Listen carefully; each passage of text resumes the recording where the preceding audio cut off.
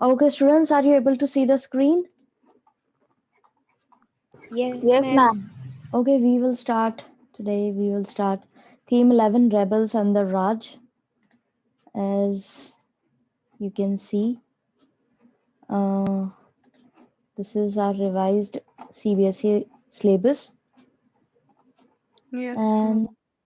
why we are starting this chapter? I have strong, valid reasons because we have only completed one chapter from our third part, and that too half. हमने सिर्फ third part का आधा ही एक जो chapter था colonialism and countryside वही complete किया और बाकी हमारे चैप्टर्स बचे हुए हैं थर्ड बुक के अंदर, इसीलिए मैंने ये वाला चैप्टर आज उठाया है। और रही बात आपकी ये किंग्स एंड फार्म्स, कौन सा किंगशिप एंड ये वाला जो चैप्टर रहा है second I don't remember second और थर्ड, ये हम कंप्लीट कर लेंगे, लेकिन पहले हम ये कंप्लीट करेंगे। ठीक है, ये पार्ट जो है थर्ड वो कंप्लीट करेंगे। Okay, fair enough. Yes, ma'am. Okay, Yes, ma'am. Okay, ma'am yes. Ma'am ये जो रिवाइज्ड सिलेबस है वो ग्रुप पे अगर अवेलेबल हो जाता तो। हाँ बेटा, okay, I will send it, don't worry. Let me yes ma'am. Do one thing, please remind me once कि मैम ये भेज दो, तो मैं आपको भेज दूंगी ग्रुप पे। ठीक है, okay ma'am, thank you ma'am. हाँ जी, वेलकम। अब है rebels and the Raj. Rebel नहीं होता, रेबल होता है करेक्ट प्रोनाउंसिएशन। अब इस चैप्टर को शुरू करने से पहले यहाँ पर आपको साइड में पिंक बॉक्स के अंदर कुछ टर्म्स दी हुई हैं, ये अगर अपन पहले पढ़ लेंगे तो आपको इजीली समझ में आएगा कि चैप्टर के अंदर कौन कौन सी चीज क्या क्या मतलब रखती है। ठीक है, तो पहले मैं आपको ये एक्सप्लेन कर रही हूँ, उसके बाद में हम चैप्टर उठाएंगे। यहाँ पे आपको एक फ्रेज पढ़ने को मिलेगा, बेल ऑफ आर्म्स। ये स्टोर रूम होता है जहां पर वेपन्स रखे जाते हैं। ठीक है, bell of arms is the store room in which weapons are kept. ठीक है, फिर then firangi, a term of Persian origin, possibly derived from Franc, from which France gets its name, and is used in Urdu and Hindi and often is a derogatory sense to designate foreigners. फिरंगी जो है एक Persian origin की term है जो Frank से निकाली गई है, जो बेसिकली फ्रेंच के लोगों के लिए बोला जाता था, और उर्दू और हिंदी में इसका इस्तेमाल होता है, और ये अपमान करने के हिसाब से फॉरेनर्स के लिए बोली जाती है।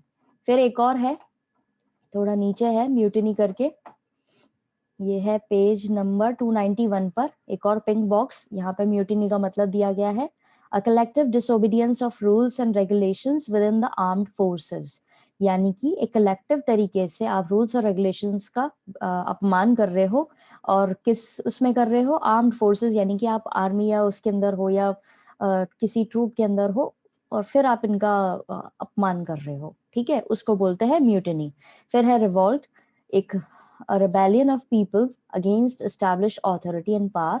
The terms revolt and rebellion can be used synonymously. अब क्या है ये rebellion जो है, revolt का मतलब होता है लोग बाग विरोध करने लग जाए, rebellious हो जाए, और वो भी किसके खिलाफ, अधिकार जो है, अधिकारी और पावर में जो लोग हैं उनके खिलाफ, जो पहले से स्टैब्लिश है उनके खिलाफ जाकर के ये विरोध करने लगे। अब ये रिवॉल्ट और रिबेलियन जो है ये सिनोनिम्स है एक दूसरे के। ठीक है, पर्यायवाची हैं, तो ये यूज किए जा सकते हैं। देन फिर है in the context of the revolt of 1857 के कॉन्टेक्स्ट में रिवॉल्ट का मतलब है, the term revolt refers primarily to the uprising of civilian population, peasants, zamindars, rajas, jagirdars, while the mutiny was of the sipahis. अब म्यूटिनी जो है वो शब्द यूज किया गया है सिपाहीज यानी सिपाही लोगों के लिए। ठीक है, और रिवॉल्ट जो है यहाँ पर इस्तेमाल किया गया है सिविल पॉपुलेशन जो थी, जिसके अंदर आते थे किसान, जिम्मेदार, राजा और जागीरदार। ठीक है, इनके लिए बोला गया है। अब क्या है इस चैप्टर के अंदर आपको इजीली समझ में आएगा कि लिखा हुआ क्या है। अब क्या हुआ था, हमने पढ़ा है जैसे पहले भी कि ये रिवॉल्ट चल रहा था काफी समय से, हमारे देश को आजादी दिलाने के लिए ये चीज जो है बहुत ही इंपॉर्टेंट रही है। ठीक है, अब 10th में 1857 को थोड़ी दोपहर के बाद में क्या होता है, सिपाही कैंटोनमेंट के जो लोग हैं वहां पर एक वॉर हो जाती है। मतलब वॉर क्या होती है, म्यूटिनी हो जाती है, यानी लोग जो सिपाही लोग हैं, सिपाही जो लोग हैं वो विरोध करने लगते हैं मेरठ के अंदर। अब ये क्यों हुआ था, नेटिव इन्फेंट्री जो होती है, यानी कि पैदल चलने वाले जो सिपाही होते हैं ना, उनके बीच में हुआ था। और बहुत फिर उसके बाद में ये कैवलरी तक मूव करता है, यानी कि घुड़सवार जो होता है, घोड़े पे सवार होकर के जो सिपाही चलते हैं, उनके अंदर हुआ। फिर उन्होंने भी ये सब करा, मतलब विरोध करना शुरू करा, और फिर ये पहुंच गया शहर तक। और फिर बाद में जाकर के ऑर्डिनरी लोग जो थे वो भी इसको ज्वाइन कर लेते हैं, ठीक है, और घेर लेते हैं विलेजेस को, और वो भी सिपाहीज के साथ में काम करने लगते हैं। अब ये लोगों ने क्या किया था, इन्होंने बेल ऑफ आर्म्स, जैसे कि मैंने भी आपको नीचे बताया था ना, जहाँ पे आर्म्स और अम्युनिशन रखे जाते हैं, वेपन्स रखे जाते हैं, वहां पर जाकर के इन्होंने उन चीजों को कैप्चर कर लिया, और वहां पर जितने भी गोरे वाइट पीपल थे उनको अटैक करना शुरू करा और उनकी लूटपाट शुरू कर दी, ठीक है। उनसे चीजें चुराने लगे और उनको डैमेज करने लगे, उनके बंगलोज जला दिए, उनकी प्रॉपर्टी जला दी। फिर इन्होंने अटैक करा गवर्नमेंट बिल्डिंग्स पर, जहाँ पे record office, jail, court, post office, treasury जो था, सबको डिस्ट्रॉय कर दिया और सबको लूट लिया। फिर टेलीग्राफिक लाइन जो थी दिल्ली तक, उसको काट दिया। यानी कि सब जगह जो है इन्होंने एक तरीके से धावा बोल दिया था। उसके बाद में ये लोग चले गए दिल्ली, जो सिपाहीज थे वो पहुंच गए दिल्ली। अब दिल्ली में आगे जाके क्या करते हैं, उससे पहले हम इस पैराग्राफ को लाइन टू लाइन पढ़ते हैं, जिससे आपको समझ में आएगा कि एग्जैक्टली ये चीज हो क्या रही है, ठीक है। अब ये हो क्यों रही है ये मैं आपको पहले ही बता देती हूँ कि क्या हुआ था उस समय में। कारतूस जो थे वो आए थे, नए वेपन्स आए थे, गोलियां आई थी, जिसपे बोला जाता था कि ये पिग के मांस जो है उसका उस उसका एक खोल चढ़ा हुआ है उस पर, और पिग और काऊ जो है उनके, सुअर और गाय के मांस से बनी हुई है, ठीक है, गोलियां। और बोला गया था इन लोगों को कि आपको मुंह से काटना है उसको, और फिर उसके बाद में गोली भर के चलानी है, क्योंकि तब इतना एडवांस्ड वो तो मोड आया नहीं था वेपन्स का। तो हिंदू और मुस्लिम दोनों ही कम्युनिटी के लोग जो थे वो बिल्कुल इस चीज से भड़क गए, ठीक है, क्योंकि मुस्लिम्स के अंदर पिग जो है उसका वो लोग मीट कंज्यूम नहीं करते हैं, ठीक है, उसको हाथ भी नहीं लगाते और वो उसको सही नहीं मानते हैं। और जो हिंदू है वो तो वैसे ही हिंदू है, वो गाय तो वैसे भी माता होती है, तो उनके लिए भी ये चीज सही नहीं थी, बोले ये हमारा धर्म भ्रष्ट कर देने वाली चीज है। तो इसीलिए इन लोग भड़क गए थे, और फिर ये एक तरीके से वहां पे म्यूटिनी पे आ गए थे। समझ में आया फर्स्ट पैराग्राफ? Yes, ma'am. चलो अब इसको लाइन टू यस मैम। और अच्छे से समझ में आएगा। Late in the afternoon of 10th May 1857, the sepoys in the cantonment of Meerut broke out in mutiny. अब 10 मई 1857 को जो सिपाहीज थे कैंटोनमेंट के अंदर, मेरठ के अंदर, वहां पर वो विरोध करने लग जाते हैं। मतलब एक तरीके से उनके बिल्कुल खत्म नष्ट कर देने वाली चीजें वो करने लग जाते हैं, विरोध कर देते हैं पूरी तरह से। It began in the lines of the native infantry, शुरुआत हुई थी जो सिपाही थे, जो मतलब होता है ना पैदल चलने वाले जो होते हैं वो सिपाही थे। Spread very swiftly to the cavalry, और फिर आसानी से वो चीज जो है वो पहुंच गई घुड़सवारों तक, and then to the city, और फिर पहुंच गई शहर तक। The ordinary people of the town and surrounding villages join the sipahis, जो आम जनता थी शहर की और विलेजेस की, वो भी ज्वाइन कर लेती है इन लोगों को इस तरीके से, मतलब जो इनका विरोध चल रहा था उस तरीके से। The sipahis captured the bell of arms with arms and ammunition were kept and proceeded to attack white people. सिपाही लोग जो थे वो बेल ऑफ आर्म्स तक पहुंच जाते हैं, स्टोर रूम तक पहुंच जाते हैं, जहां पर सारे हथियार रखे जाते थे, और फिर अटैक करने लग जाते हैं वो लोग वहां पर वाइट पीपल पे, and to ransack and burn their bungalows and property, और फिर उनको जाकर के लूटने लग जाते हैं और चीजें चुराने लग जाते हैं और डैमेज करने लग जाते हैं, उनके बंगलोज और प्रॉपर्टी को जलाने लग जाते हैं। Government buildings and the record office, jail, court, post office, treasury etcetera were destroyed and plundered. सरकारी बिल्डिंग, दफ्तर जो थे जहाँ पे रिकॉर्ड्स रखे जाते थे, जैसे jail, court, post office, treasury, खजाने जो थे उनके, उन सबको ये डिस्ट्रॉय करते हैं और लूट लेते हैं, तोड़फोड़ मचा देते हैं। The telegraph line to Delhi was cut, अब जो टेलीग्राफ ही चलता था उस समय, टेलीग्राफ की जो लाइन थी वो भी काट देते हैं ये लोग, जो दिल्ली तक जाती थी। A darkness descended, a group of sipahis rode off towards Delhi, और जब अंधेरा होता है तब ये ग्रुप जो है सिपाहियों का ये चला जाता है कहाँ, दिल्ली की तरफ निकल जाता है। समझ में आया फर्स्ट पैराग्राफ?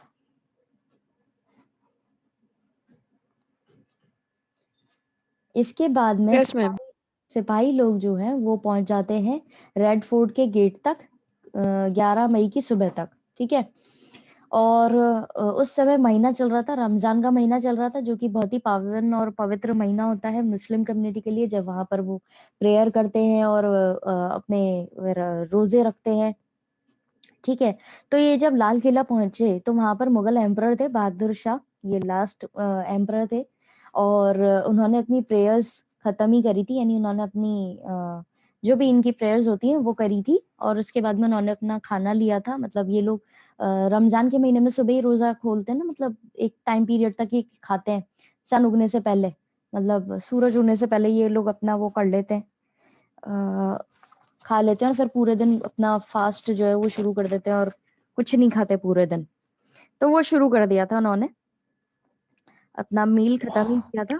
तो उसके बाद में क्या होता है, वहां पे इनको गेट के बाहर कमोशन सुनाई देता है, यानी कि चहल पहल सुनाई देती है, हाँ, अपने गेट के बाहर। तो ये बोलते हैं, इनको पता बताया जाता है कि सिपाही लोग जो हैं इकट्ठे हुए हैं, वो अपनी ये विंडो से झांक के देखते हैं, और उनको बोलते हैं, वो लोग इनको बोलते हैं, ये तो अपनी विंडो से झांकते हैं, तो जो सिपाही वहां पे इकट्ठे हुए थे वो बोलते हैं कि हम मेरठ से आए हैं और हमने वहां पे सारे इंग्लिशमैन को मार दिया, क्योंकि वो हमें बोल रहे थे कि बुलेट्स को काट करके चलाओ, जो उन जिन बुलेट्स के ऊपर क्या काय की कोटिंग थी, गाय के मांस की और सुअर के मांस की, और वो लोग हमें बोल रहे थे कि इसको मुंह से काटो और फिर उसके बाद में उसको डालो और फिर चलाओ।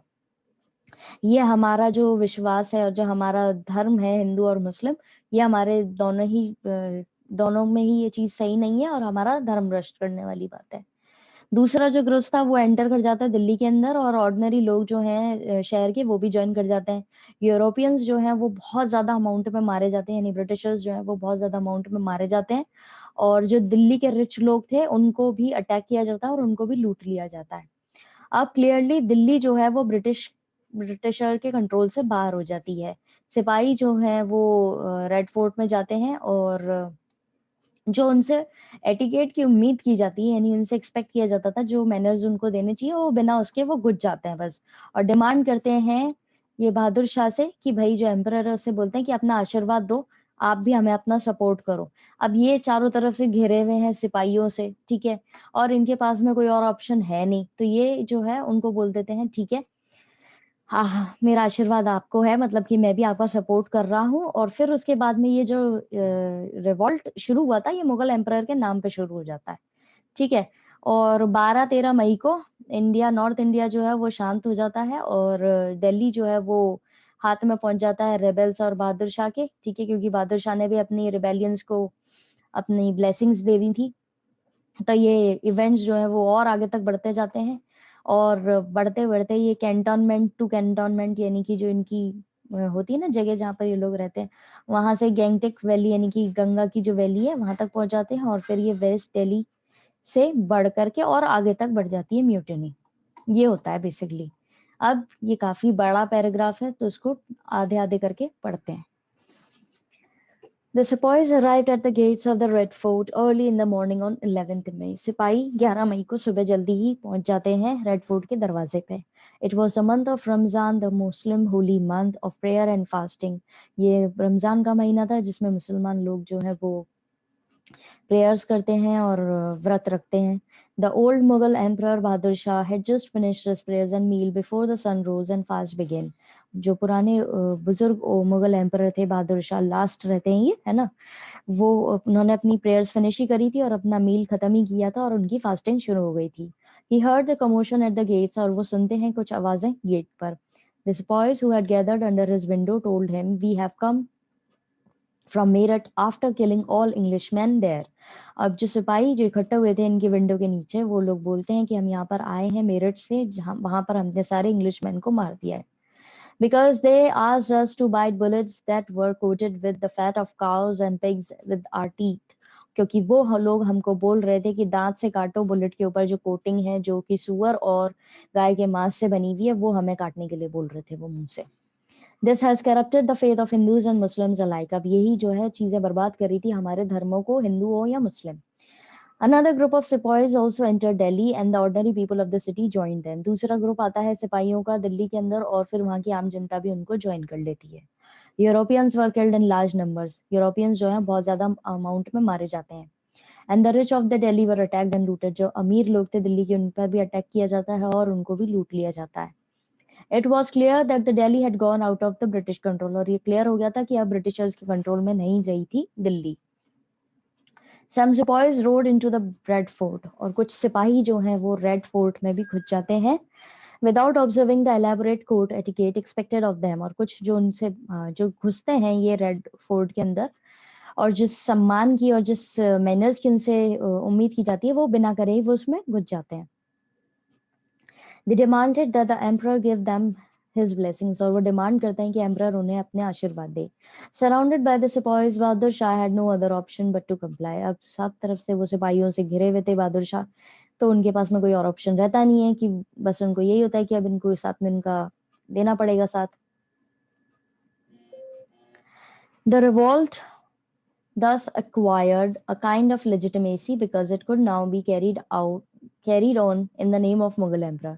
अब ये जो रिवॉल्ट होता है उसको एक तरीके से क्या लेजिटिमेसी मिल जाती है कि वो वैलिड हो जाता है कि हाँ लेजिटिमेट चीज है, सही कर रहे हैं हम, क्योंकि उस पर मुगल एम्परर की एक मोहर सी लग गई है, ठीक है, और उसके नाम पर वो ये चीज कर सकते हैं। Through 12th and 13th May, North India remained quiet. Once word spread that Delhi had fallen to rebels and Bahadur Shah had blessed and the rebellion, events moved swiftly. 12 और 13 मई को वहां पे शांति रहती है नॉर्थ इंडिया के अंदर, लेकिन एक बार ये शब्द जब फैल जाता है सब जगह कि दिल्ली हाथों से निकल गई है ब्रिटिश सरकार के, और उनके रेबेल्स और बहादुर शाह ने अपनी वो भी दे दी है और रेबेल्स के हाथों पहुंच गई है दिल्ली और बहादुर शाह ने अपना आशीर्वाद दे दिया उनको इस इवेंट्स को, तो ये लगातार जो है ये आग और मतलब जो इवेंट्स है ये और आगे तक फैलते जाते हैं। Cantonment after cantonment in the Gangetic valley and some to the west of the Delhi rose in mutiny. अब कुछ कैंटोनमेंट से कैंटोनमेंट तक ये गैंगटिक वैली जो है, गंगा की वैली जो है, वहां पर ये बात फैलती जाती है और वो विरोध करते जाते हैं जैसे जैसे उनको खबर मिलती जाती है। और फिर उसके बाद में some to the west of Delhi rose in mutiny, और कुछ जो दिल्ली की वेस्ट के जो लोग थे वो म्यूटिनी का एक तरीके से वहां पर भी म्यूटिनी फैल जाती है। ठीक है, समझ में आया? किसी को कोई दिक्कत, कोई लाइन समझ में नहीं आई हो?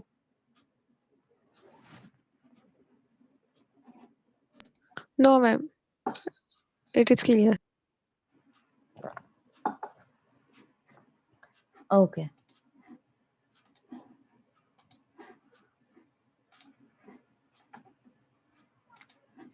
अब है पैटर्न ऑफ द रिबेलियन। क्या पैटर्न रहा था? म्यूटिनीज जो हैं वो किस क्रोनोलॉजिकल ऑर्डर में चली हैं, क्या न्यूज फैली थी और कैसे वो एक शहर से दूसरे शहर तक ट्रैवल कर रही थी, और लोग बाग जैसे जो वहां पे शहर मतलब एक शहर से दूसरी जगह तक जैसे भी वो पहुंच रही थी तो लोग बाग वहां पर आर्म्स उठा रहे थे, यानी कि उन्होंने वेपन्स उठा लिए थे, और इस तरीके से कैंटोनमेंट जो है वो एक सिमिलर पैटर्न में चल रहा था। If one were to place the dates of these mutinies in chronological order, it would appear that as the news of the mutiny in one town traveled to the next, the sepoy there took up arms. The sequence of events in every cantonment followed a similar pattern. अब अगर कोई व्यक्ति ये कोशिश करे कि dates लिख सके म्यूटनीज की, तो वो एक क्रोनोलॉजिकल ऑर्डर में होगी, जैसे कि न्यूज में देखने को मिलता है कि एक शहर में दूसरी मतलब जैसे जैसे न्यूज जो है म्यूटिनी की एक शहर से दूसरी जगह ट्रैवल करती थी, तो वहां पर भी सिपाही लोग जो थे वो रिवॉल्ट पे आ जाते थे और वो वही चीजें करने लग जाते थे जो दूसरे शहर में उन्होंने दूसरे शहर की सुनी थी। इस तरीके से इवेंट्स जो है वो हर कैंटोनमेंट के अंदर होते गए और एक सिमिलर पैटर्न चलता गया। How the mutinies begin. अब ये म्यूटिनीज शुरू कैसे हुई थी? सिपाही जो थे उन्होंने एक एक्शन लिया, कैसे एक सिग्नल पे कई सारी जगहों पर फायरिंग हुई, कई सारी जगहों पर बिगुल बजाए गए। पहला फायर जो है वो बेल ऑफ आर्म्स जो था वहां किया गया। फिर उन लोगों ने जो उनके ट्रेजर्स हुआ करते थे, खजाने हुआ करते थे, उस पर उन्होंने धावा बोला। उसके बाद में गवर्नमेंट बिल्डिंग्स पर अटैक करा, jail, treasury, telegraph office, record room, bungalows, और फिर वहां पे सारे रिकॉर्ड्स जला दिए इन्होंने। हर चीज और हर कोई व्यक्ति जो है कनेक्ट जो भी व्हाइट मैन से कनेक्टेड था उसको टारगेट बना दे रहे थे ये लोग, ठीक है।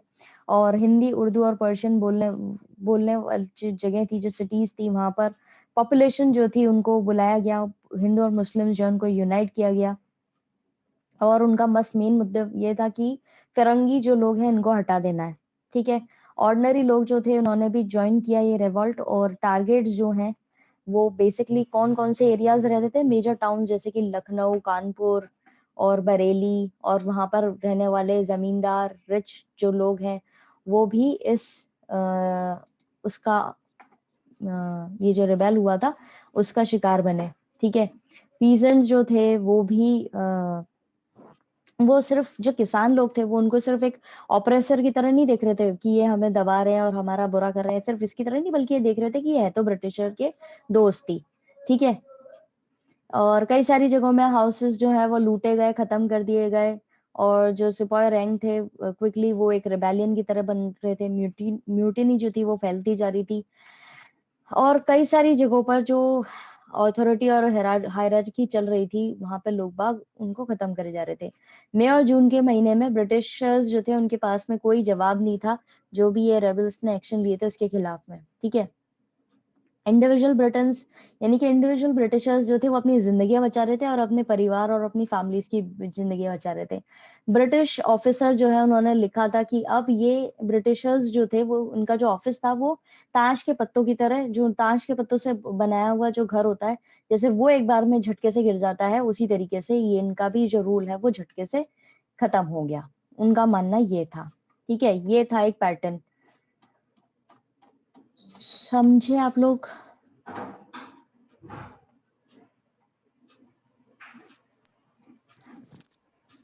Yes ma'am. तो दैट्स इट फॉर टुडे। आज हम इतना ही पढ़ेंगे, कल हम ये पैटर्न ऑफ द रिबेलियन जो है वो शुरू करेंगे और आगे का कंटिन्यू करेंगे। ठीक है students, have a nice day ahead, God bless you all. अपनी प्रॉब्लम्स इकट्ठी कर लीजिएगा, thank you ma'am. Sort out कर देंगे कल। हाँ जी, वेलकम।